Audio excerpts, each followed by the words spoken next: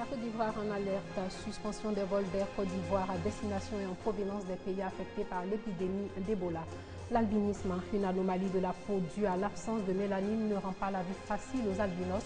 Marginalisés, ils doivent aussi faire face aux maladies auxquelles ils sont confrontés. Et puis, réunion extraordinaire demain des ambassadeurs de l'Union européenne à Bruxelles sur la guerre en Irak. La distribution d'aide aux populations continue. Madame, Monsieur, bonjour et bienvenue dans ce journal. L'épidémie d'Ebola progresse plus vite en Afrique de l'Ouest que les efforts fournis pour la contrôler selon l'OMS. Le monde est mobilisé face à la maladie. En Côte d'Ivoire, de nouvelles mesures de prévention ont été prises, entre autres la suspension jusqu'à nouvel ordre des vols d'Air Côte d'Ivoire à destination et en provenance des pays affectés par la maladie. Il faut aussi éviter de se serrer les mains et de faire des accolades. Les albinos ne sont pas mieux lotis. L'albinisme, une affection beaucoup moins dangereuse au cœur du dossier. Les albinos, personnes affectées par cette pathologie, sont marginalisées et exposées au cancer de la peau si des moyens ne sont pas mis en œuvre pour les protéger. Ces personnes ne restent cependant pas les bras croisés. Elles se battent pour une meilleure intégration sociale et sanitaire. Le reportage de Konaté Moussa commenté par Franck Quadio. Cette jeune fille se prénomme Namizata. Elle réside au quartier Campement à Koumassi. Âgée d'une vingtaine d'années, elle a 7 frères, dont 3 comme elle sont albinos. Pour cette jeune fille, que d'ennui et d'humiliation du fait de la couleur de sa peau. Au marché, il y en a qui te regardent avec, je sais pas, avec méfiance, d'autres avec peur. Bon, c'est pourquoi souvent j'aime pas aller au marché à cause du regard, tout ça. Donc, j'aime pas beaucoup fréquenter les endroits comme ça. Donc, je suis tout le temps à la maison. Nombreux sont ces albinos victimes d'exclusion en raison de la couleur blanchâtre de leur peau. Monter dans un bus ou aller dans les lieux publics, des obstacles qu'ils surmontent chaque jour. Aujourd'hui, quand un albinos emprunte un véhicule, les gens même sont réticents de s'asseoir auprès de lui. Même que ça soit dans les supermarchés. On peut te voir quel que soit même ton rang social, la personne se met à cracher. Et ça frustre quoi, ça frustre. L'albinisme est une maladie génétique incurable due à l'absence de mélanine, cette substance qui détermine la couleur du teint, des poils et des yeux. Dans leur organisme, dans la peau, il n'y a pas de mélanine. Et cette absence fait que ces personnes-là vont avoir la peau très blanche, plus blanche que pour les blancs même. Les yeux noirs, eux, ils n'auront pas les yeux noirs, ce sera blanc. Les cheveux, tout est blanc. Les albinos sont également confrontés à des ennuis médicaux. Leur premier ennemi, le soleil. Quand ils s'exposent au soleil, ils vont avoir la peau qui est plus sèche, qui va se craqueler. La peau vieillit vite. Au niveau du visage, du cou, vous allez voir des plis. Ils vont avoir des taches noires sur le corps, le visage. Nous leur conseillons de se protéger. À défaut d'avoir des crèmes pour se pommader, comme on dit, avant d'aller au soleil, on leur propose de s'habiller en chemise manche longue, porter une casquette ou bien un chapeau, ou bien avoir un parapluie avant de sortir. Risque de cancer, problème de la vue, la santé des personnes atteintes d'albinisme constitue une réelle préoccupation. Au CHU de Trècheville, en dermatologie, chaque jour que Dieu fait, il y a des albinos qui viennent avec des lésions cutanées, des cancers de la peau. 97% des albinos vivent avec une myopie, je dirais souvent incorrigible. Et de nombreux enfants albinos abandonnent les études à cause des problèmes d'acuité visuelle. Naître albinos, une source de malheur dans quelques contrées d'Afrique. Conséquence des parents qui abandonnent leurs enfants. Les gens ont quand même refusé des jumeaux albinos sous prétexte que la maman même refusait d'allaiter les enfants. Nous avons vu ça à Tomodi. Les femmes sont abusées par des curieux qui se disent, on dit que si tu couches avec une femme albinos, ça te donne le bonheur. C'est des préjugés rétrogrades, c'est des préjugés, ça n'a aucun fondement. L'albinos n'est pas un génie, ce n'est pas un porteur malheur. L'intégration des albinos s'avère donc difficile. Discrimination et préjugés rythment leur quotidien. Tu veux aller quelque part ou pouvoir aller te débrouiller, on te refuse puisque tu es albinos. On ne te donne pas l'opportunité d'essayer même. Quand tu viens te présenter déjà en tant qu'un albinos, c'est fini. On a déjà des idées arrêtées, donc personne ne veut t'offrir quelque chose. L'éducation et la sensibilisation sont donc nécessaires. toute œuvre de Dieu est appelée à être acceptée par tout le monde. Ils ont besoin d'amour comme nous. On doit les accepter dans la société.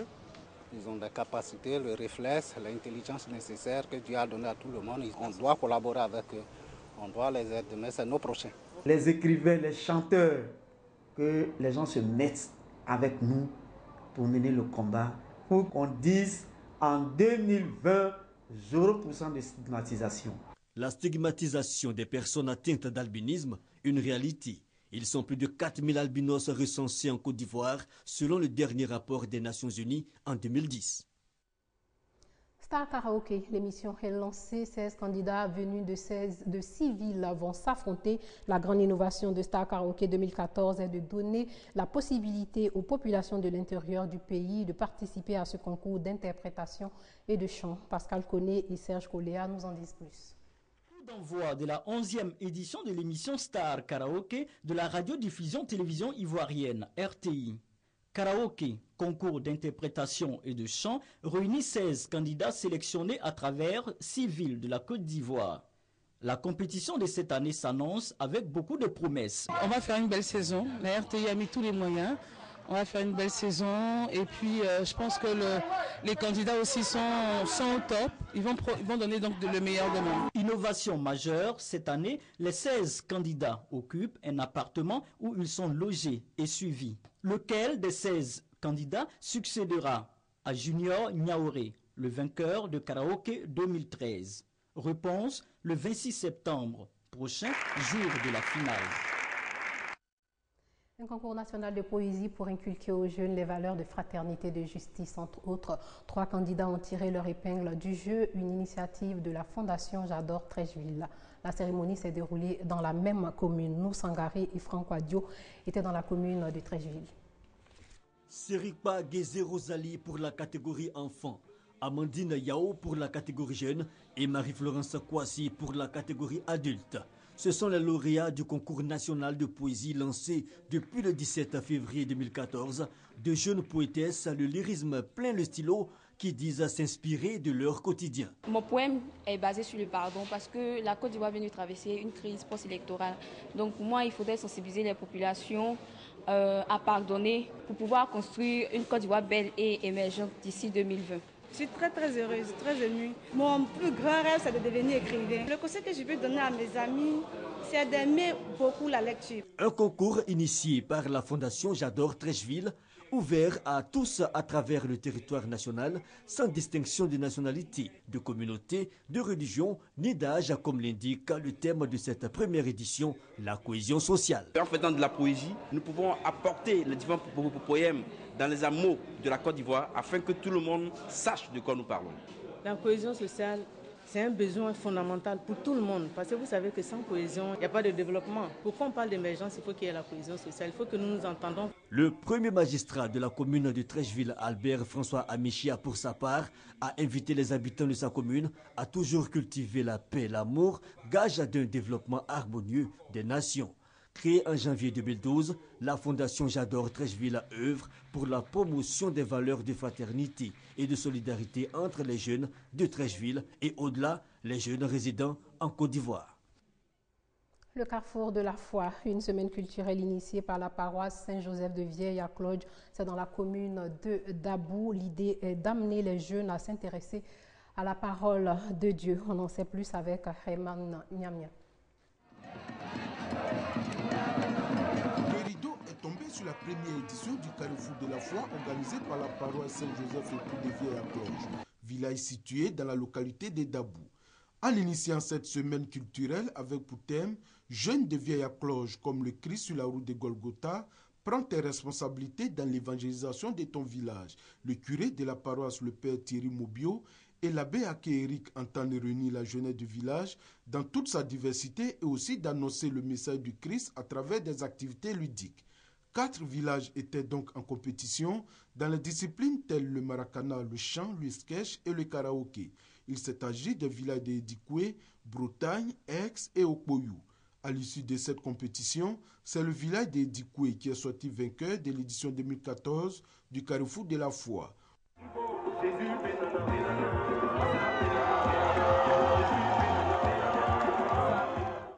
11 trophées accompagnés d'une enveloppe de 1 million de francs CFA ont été distribués aux participants. Le parrain de la cérémonie, le Seigneur Eugène Ier, a saisi l'occasion pour animer une conférence sur le thème « L'évangélisation ». Il a invité les habitants de Vieille-Cloche à croire fermement au Christ et à se détourner de toutes les pratiques qui n'honorent pas le Seigneur. Le nouveau président turc se nomme Erdogan, dernièrement Premier ministre de la Turquie. L'homme a été élu à plus de 52% des voix dès le premier tour. Recep Tayyip Erdogan a 60 ans. Oyi Verdi a voté. Les Turcs étaient appelés aux urnes ce dimanche pour désigner leur nouveau président de la République. Le Premier ministre sortant, Recep Erdogan, semble quasi assuré de l'emporter dès le premier tour, avec 55% des voix selon les estimations. La nouvelle inquiète ses principaux opposants, qui redoutent de voir la Turquie s'éloigner de ses idéaux laïques. Les résultats du scrutin seront connus dans la soirée. Si personne n'obtient la majorité absolue, un second tour sera organisé le 24 août. La délégation des négociateurs israéliens est arrivée aujourd'hui même au Caire pour un nouveau round de pourparlers indirects avec les Palestiniens afin de tenter de transformer un cessez-le-feu de 72 heures en trêve durable dans la bande de Gaza. Peut-être une nouvelle trêve entre Israël et Gaza. Depuis vendredi, Israël a quitté la médiation au Caire. Le Premier ministre Benjamin Netanyahou a déclaré ce dimanche qu'il ne négocie pas sous les tirs de roquettes. L'attitude de l'État hébreu irrite le Hamas, mais dans un communiqué, son porte-parole indique qu'une proposition égyptienne de cessez-le-feu est à l'étude. Sur place, les bombardements se poursuivent. Ce dimanche, une personne a été tuée à Gaza, une autre pendant les manifestations en Cisjordanie. Sachez aussi que les médiateurs égyptiens demandent à l'État hébreu aux Palestiniens de tenter de parvenir à un cessez-le-feu permanent et global, mettant fin au combat qui ravage l'enclave palestinienne depuis le 8 juillet dernier. Et puis Washington réaffirme son soutien au président irakien Fouad Massoum et met en garde son premier ministre Nouri al-Maliki de ne pas ajouter la crise politique aux urgences militaires et humanitaires. Nouri al-Maliki a accusé hier le président d'avoir violé 2 fois la Constitution, notamment en ne confiant pas à un premier ministre désigné la mission de former un nouveau gouvernement et annoncé son intention de porter plainte contre lui. Par ailleurs, le Premier ministre Maliki refuse de céder la place malgré les critiques. Voilà, c'est sur cette information que s'achève ce journal. Merci de l'avoir suivi et portez-vous bien.